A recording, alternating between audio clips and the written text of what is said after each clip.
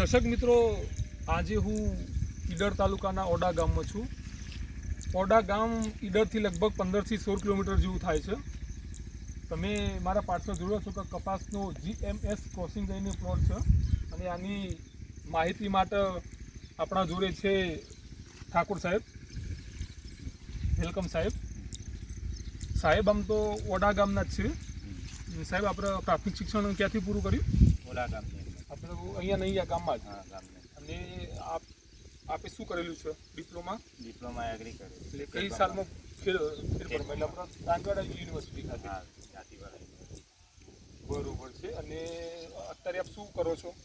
અત્યારે શ્રી અંતિત જ્ઞાનતીત વિદ્યા મંદિર પેડપામાની અંદર હું કૃષિ શિક્ષક તરીકે ફરજ બજાવું છું. અને આપણો પ્રાથમિક અનુભવ? પ્રાથમિક અનુભવ ગૌ સંશોધન કેન્દ્ર વિજાપુર ખાતે SGમાં કરેલું છે. બરોબર છે. તો સાહેબ, થોડી કપાસની માહિતી થોડી અમને આપજો. ખેતરમાં કપાસની વાવણી આમ મતલબ કયા મહિનામાં કે કઈ તારીખ એવું કંઈ છે ખરું આમ કે નહીં આજ તારીખે? કે અમુક લોકો વરસાદ આધારિત પણ કરે છે અને અમુક લોકો લેટ પણ કરે છે. તો કપાસની વાવણી એક્ઝેક્ટ તારીખ કઈ? આમ જોવા જઈએ તો કપાસ વાવવાની તારીખ એક્ઝેક્ટ મે મહિનાની અંદર 15 પછી અને જૂન આખો અને જુલાઈની 15 સુધી આપણે કપાસનું વાવેતર કરીએ છીએ. સાહેબ, કપાસની વાવણી લેટ કરીએ તો કોઈ પ્રોબ્લેમ આવે ખરા? કપાસની વાવણી લેટ કરવાથી તેના ઉત્પાદનમાં આપણને નુકસાન થાય છે. બીજું કે સાહેબ, કપાસનું અંતર કેટલું રાખવું જોઈએ એમ? કપાસ એવું કંઈ માપ છે ખરું કે કમ્પ્લીટ નહીં આટલું જ જોઈએ એમ? કપાસનું માપ 120 બાય 45 સેન્ટીમીટર જેટલું આપણે રાખવું જોઈએ, જેની ભલામણ કરવામાં આવેલી છે. સાહેબ, કપાસના બિયારણની વાત કરીએ કે દર એ કેટલો રાખવું જોઈએ? કપાસના બિયારણની વાત કરીએ તો પર હેક્ટરે 1.5 કિલોગ્રામ જેટલું આપણે બિયારણની જરૂરિયાત પડતી હોય છે. બીજું કે સાહેબ, મેં ખેતરમાં ફરું છું તો લોકો થેલીઓને થેલી યુરિયા ખાતર નાખતા હોય છે. તો શું એ યોગ્ય છે કે તમારા ધ્યાનમાં શું આવું કર્યા જેવું છે કે નહીં, કે જેટલું ભલામણ કરેલું ખાતર આપવું જોઈએ? અને કપાસમાં એવું કોઈ ભલામણ કરેલું એવું કોઈ ખાતર છે કે આટલા જ કિલો આપવું જોઈએ એમ કોઈ યુનિવર્સિટી દ્વારા કેવું કંઈ? કપાસની અંદર જોવા જઈએ તો યુરિયા ખાતરનો ઉપયોગ ફક્ત અને ફક્ત જે વિકાસ વધારવા માટે અને ફળ ના આવતા હોય તો ફૂલ આવવા માટે આપણે તેનો ઉપયોગ કરી શકીએ. જે પણ એ યુનિવર્સિટીની ભલામણ કરી હોય તે રીતે આપણે તેનો ઉપયોગ કરી શકીએ. જો વધારે ખાતર આપવામાં આવે તો કપાસને અને જમીનને બંનેને પણ નુકસાન થાય છે. તો શું સાહેબ, હું એવું કહી શકું કે ખેડૂતો વધારે પડતો ખાતર નાખવાથી પૈસાનો વ્યય થાય છે, કંઈનો કોઈ મતલબ થતો નથી? શું એ વાત તમે કેટલા સક્ષમ છો આમાં કે નહીં આ ખોટું છે એમ કે ભાઈ ભલામણ કરેલું ખાતર આપવું જોઈએ? તો ખેડૂતો તો અત્યારે ભલામણ કરતાં તો વધારે જ ખાતરનો ઉપયોગ કરે છે કપાસની અંદર. પણ હું ખેડૂતોને એટલું જ કહેવા માગીશ કે જેટલો દર જે કપાસની અંદર જે રીતે આપણે આપવાનું છે તે રીતે જ આપણે આપીએ અને જે મર્યાદાની જોઈને જ આપણે તેને ખાતર આપીએ. ધારો કે મહિનાની અંદર દર 15 દિવસે મહિને આપણે થોડું પિયત સાથે આપણે તેને યુરિયા ખાતર આપણે આપી શકીએ છીએ. સાહેબ, હું તમારા આ ખેતરમાં આવ્યો તો મેં આ કપાસનો જે લાલ પાન જોયો તો આનો મતલબ શું એમ કે આ લાલ થવાનું કારણ શું? આની અંદર આ કપાસની અંદર લાલ પાન થવાનું કારણ એક જ છે કે આની અંદર એક નાઇટ્રોજનની ઉણપ છે કે જેની અંદર નાઇટ્રોજન મળતું નથી, જેનાથી આ લાલ પાન થાય છે. તો તેની અંદર આપણે યુરિયાનો આપીએ તો આ લાલ પાન થવાનું બંધ થઈ જાય છે. સાહેબ, એક તમે જોયું હશે કે મતલબ મોસ્ટ ઓફલી જે આપણે કપાસ હોય છે એમાં એક મિલીબગ ને એક સફેદ જીવાત એ આવે છે અને એને ચૂસીને નુકસાન કરે છે. તો એના માટે કોઈ દવા ખરી? મિલીબગ માટે આપણે જોવા જઈએ તો ફિનાલ ફોસ 20 EC આપણે પ્રતિ પંપ 20 ml જેટલી આપણે નાખી અને છંટકાવ કરી શકીએ, જેથી મિલીબગનો ઉપદ્રવ દૂર થાય છે. શું સાહેબ, કપાસમાં એક ઈયળ બહુ આવે છે. આમ તો સાહેબ બીટી કપાસ તો લગભગ બધી ઈયળો માટે પ્રતિકારક ક્ષમતા ધરાવે, લગભગ 2002માં ઇન્કેસ આવ્યા હતા જે છે.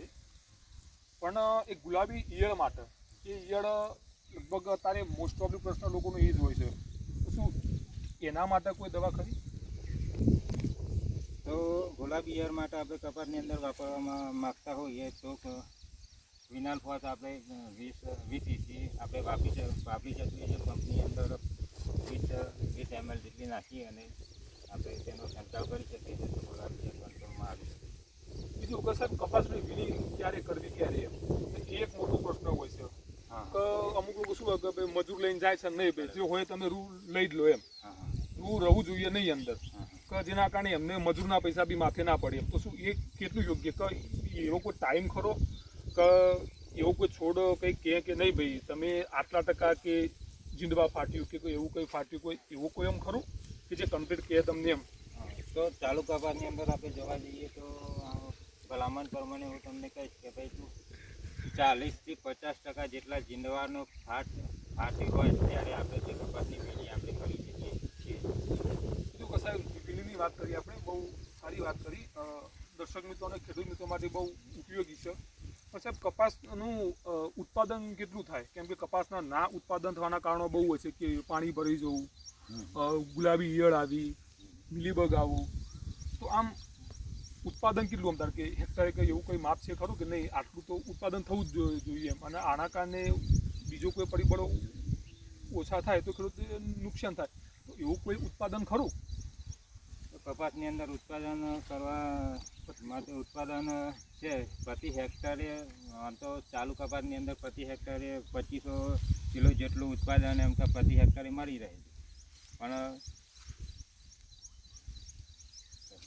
ઓકે આપણે સાહેબ ઉત્પાદનની વાત કરી તો કપાસમાં વધારે ઉત્પાદન લેવા તમારા મુજબ આપણે શું ધ્યાન રાખવું જોઈએ કે નહીં આ સારું કે એને મુદ્દામના દવા આપવી જોઈએ કે પાણી ટાઈમસર પર એવા 2 કે 3 મુદ્દામને કહેશો કે જેથી આ કરવાથી કપાસનું ઉત્પાદન વધે જો કપાસનું ઉત્પાદન વધારવા માટે આપણે સૌથી પહેલાં તો જે વખતે કપાસ વાવવાનો હોય તે વખતે આપણે જે તૈયારી કરી હોય તો એ વખતે આપણે ઓર્ગેનિક ખાતર તરીકે સેન્દ્રિય ખાતર આપણે વાપરી શકીએ છીએ કદાચ એનું સગવડ ન હોય તો આપણે છાણિયા ખાતરનો પણ આપણે ઉપયોગ કરી શકીએ જેનાથી રાઇઝોબિયમ બેક્ટેરિયા અને વાઢો બેક્ટેરિયા જમીનની અંદર આવે છે અને તે ફળદ્રુપ બનાવે છે અને તેને કપાસ ઉત્પાદનમાં વધારો થતો હોય છે.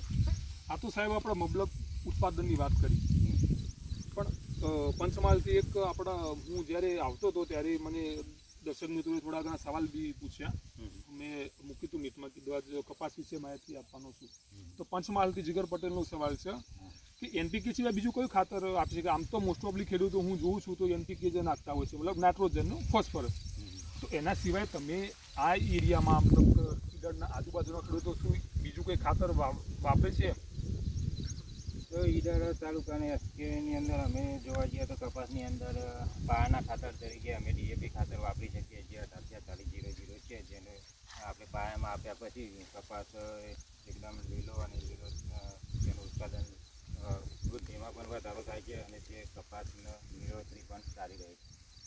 ચાલો મહેસાણાથી નિમેશ ચૌધરીનો સવાલ છે જે એ પણ આપણો એગ્રીકલ્ચર દાદ સ્ટુડન્ટ છે અને અત્યારે દૂધસાગર ડેરીમાં ફરજ બજાવે છે. બરાબર. તો એમનો સવાલ છે કે તમે આ કેટલા વર્ષથી કરો છો? અમે આમ તો જોવા જઈએ તો કદાચ મારા ફાધર પણ કરતા અને મારા ગ્રાન્ડફાધર પણ આ ખેતી સાથે સંકળાયેલા છે તો છેકથી જ અમે એમ કહેવાય ને અમારો બાપ દાદાનો ધંધો જ આ ખેતી. નહીં સાહેબ સાદા કપાસમાં અને આ કપાસમાં શું ફેર? આગળ સાદા કપાસની અંદર એવું થાય કે સાદો કપાસ હોય જેને વીણી અને તમે માર્કેટમાં આપવા જાઓ તો માર્કેટ ઇસ્યુ તમારા પાસે 1500 થી 2000 રૂપિયા પ્રતિ 20 કિલો હોય છે. જ્યારે આ આપણા જીએમએસ પ્લોટની અંદર આપણે બિયારણ તરીકે ઓળખીએ છીએ અને જીએમએસ પ્લોટની અંદર પ્રતિ કિલોએ 500 થી 600 રૂપિયા ભાવ આપણને પ્રતિ કિલોએ મળી રહે છે જ્યાં ખેડૂતને બહુ વધુ ફાયદો થાય છે. તો સાહેબ સાદા કપાસ અને આ કપાસમાં કોઈ આમ ફેર ખરો કે નહીં યા જુદો છે કે એવો કોઈ ડિફરન્ટ ખરો ખરા તમે યા જીએમએસ ક્રોસિંગમાં એવું કંઈ ફેર ખરો? આમાં જીએમએસ વેરાયટીની અંદર જો આપણે સાદા કપાસની તુલના કરવા જઈએ તો એ અત્યારે મેળ પડે એવો નથી પણ એનું કારણ હું તમને જણાવી દઉં છું ભાઈ જે જીએમએસ વેરાયટીની જે અહીંયા ક્રોસિંગ કરવાનો હોય છે તેના જે પ્લોટ તૈયાર થઈ અને જે સીડ તૈયાર થાય છે તે સીડ છે જે પેકેટ દ્વારા માર્કેટની અંદર વેચવામાં આવે છે તેથી તેનું ઉત્પાદન તેનો કિંમત વધારે લેવામાં આવે છે અને જેને વધારે ખેડૂતને આપવામાં પણ આવે છે. જ્યારે પેલું સાદો કપાસ હોય છે જે વીણીને આપણે સીધા માર્કેટમાં લે છે તે જીનિંગ થઈ અને સીધું તેનું તેલ નીકળે છે જેથી આપણને તેનો રકમ ઓછી મળી રહે છે. બીજું કે સાહેબ હિંમતનગરથી સચિન સોલંકીનો સવાલ છે હમ. કે આ પ્લોટ કરવાથી શું ફાયદો એમ તો માનો કે અમે કોઈ સાદા કપાસ કર્યા અને આ તમારું જીએમએસ ક્રોસિંગનો જે અમે પ્લોટ કર્યું તો એમાં મતલબ સામાન્ય જે ખેડૂત છે એને શું ફાયદો થાય આપણે તો સાદો કપાસ છે એ સાદો કપાસ છે ત્યારે પ્રતિ 20 કિલો તમને 1500 રૂપિયા જેટલો તમને તેનો ભાવ મળી રહે છે. જ્યારે આપણે જીએમએસ પ્લોટિંગ આપણે કરીએ તો એની અંદર આપણને દવા છે, ખાતર છે, મજૂર છે, તેનો આપણે ઉપયોગ કરવો પડતો હોય છે અને તેનો ખર્ચ પણ થતો હોય છે. પણ તે છતાંય આપણને પર કિલો આપણને 500 થી 600 રૂપિયા ભાવ મળી રહે છે. એના માટે આપણને સૌથી ઉત્તમ સારું આ ઉત્પાદન બિયારણનું થાય છે. બીજું કે સાહેબ હું તમારા ખેતરમાં આવ્યો એટલે મેં આવી લાલ પટ્ટી જોઈ મતલબ મોસ્ટ ઓફલી તો છે જ હું અહીંયા આવતો હતો ત્યારે આવી મોસ્ટ ઓફલી લોકોને લાલ આવી પટ્ટી છે તો અને અમુક છોડમાં છે મારો ધારો કે આ છોડમાં નથી આમાં છે આમાં નથી અને આમાં છે તો તમે આવું કેમ કર્યું કેમ તમે બધા કપાસમાં આવી કેમ ના લગાવી એનું કારણ છે કે જો જીએમએસ પ્લોટિંગની અંદર 2 પ્રકારના છોડ હોય છે કે જે આ પટ્ટી લગાવી છે તે આ ફૂલ તમે જોઈ શકો છો દર્શક મિત્રો કે આને રજ ઓછી હોય કે આ મતલબ કે એનો આ સાચો છે. અને બીજો આપણે જોવા જઈએ કે ભાઈ આ જેને પટ્ટી લગાવેલી નથી તો આ ફૂલ જોઈ લો કે ભાઈ આને રજવાળું ફૂલ છે કે જેના હિસાબે આ છોડ ખરાબ છે. એના હિસાબે આપણે તેને પટ્ટી લગાવી નથી કે જે રોગિંગની અંદર બહાર નીકળી જવાનો છે. દર્શક મિત્રો આપણી સાથે ઉપસ્થિત હતા ઠાકોર સાહેબ કે જે કૃષિ નિષ્ણાંત છે એમનો ખૂબ આભાર કે એમને આટલો ટાઈમ આપ્યો એમના બીજી શિડ્યુલમાં આભાર સાહેબ તમારો અને જરૂર પડશે તો કોઈ નવા બીજા વિડીયો તમારી સાથે કરીશું. થેન્ક યુ સાહેબ. બસ કર